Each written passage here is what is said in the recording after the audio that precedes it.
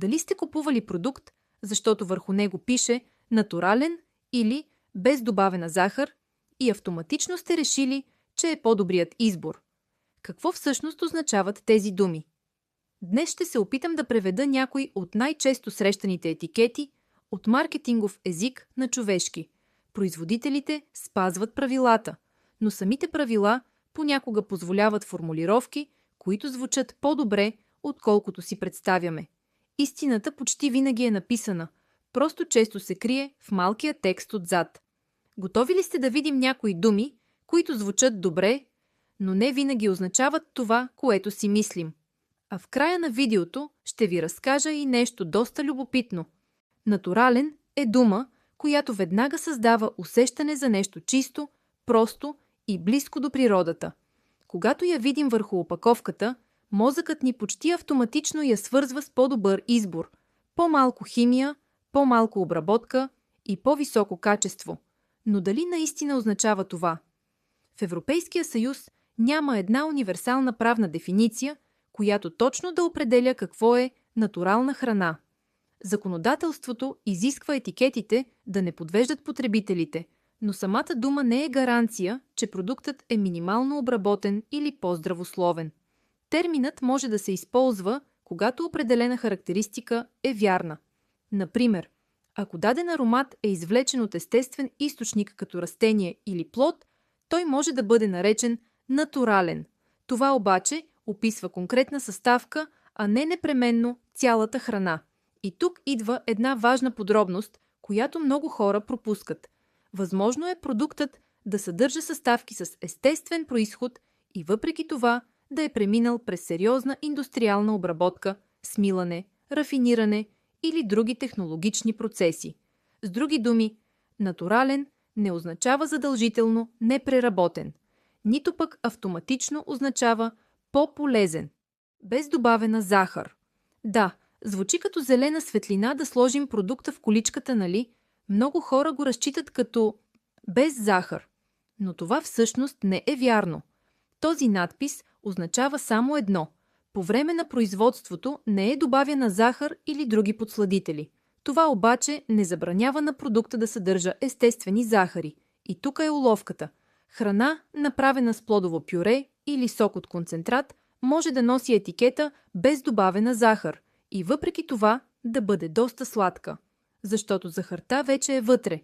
Просто идва от самите съставки. Превод. Без добавена захар не означава без захар. Затова следващия път не се доверявайте само на надписа отпред. Обърнете опаковката и вижте колко захари има в хранителната таблица. Истината, както почти винаги, е написана с по-малки букви. А какво означава тогава без захар? Тук вече има много точна дефиниция. В Европейския съюз надписът без захар означава нещо конкретно. Продуктът може да съдържа най-много 0,5 грама захари на 100 грама или милилитра, т.е. почти никаква захар. Но сладкият вкус трябва да дойде от някъде. Затова производителите често я заменят с други съставки, например подсладители като аспартам или сукралоза. Те се считат за безопасни в нормални количества, но това не превръща продукта автоматично в здравословен. Без захар е информация за състава. Не оценка дали храната е полезна. Light е дума, която звучи като обещание за по-лек и по-здравословен избор. В Европейския съюз този надпис не е просто маркетинг, той е регулиран. За да бъде един продукт обозначен като Light, той трябва да съдържа поне 30% по-малко от определена стойност, най-често мазнини или калории, в сравнение с стандартната версия. Звучи добре, но има една подробност. Когато мазнината се намали, вкусът често изчезва. А за да го върнат, понякога се добавят други съставки, като захар или нишесте. Резултатът – продуктът може да има по-малко мазнини, но това не го прави автоматично по-здравословен. В превод, light означава по-малко от нещо, но не непременно по-добро. Пълнозърнест няма определен процент, който автоматично да прави един продукт пълнозърнест. Производителите са длъжни да не подвеждат, но точният състав се вижда В списъка са съставките, които винаги се подреждат по количество от най-много към най-малко. Затова, ако пълнозърнестото брашно не е сред първите, вероятно то не е основна съставка. А какво ще кажете за свободно отглеждани? Само като го прочетем, си представяме кокошки на зелена поляна. Но какво всъщност означава това? Терминът е регулиран. Птиците трябва да имат достъп до външно пространство и повече свобода на движение. Но правилата не гарантират огромни поляни или идилична ферма. Условията не винаги изглеждат така, както си ги представяме. В превод, свободно отглеждани означава определен стандарт. Не задължително картината в главата ни, а сега нещо любопитно. Както ви обещах, преди около 170 години в бързо растящи градове като Ню Йорк, търсенето на мляко било огромно. За да намалят разходите, някои производители хранели кравите с отпадъчен продукт от производството на спирт, гъста ферментирала каша от зърно. Животните често боледували и давали рядко, понякога дори синкаво мляко.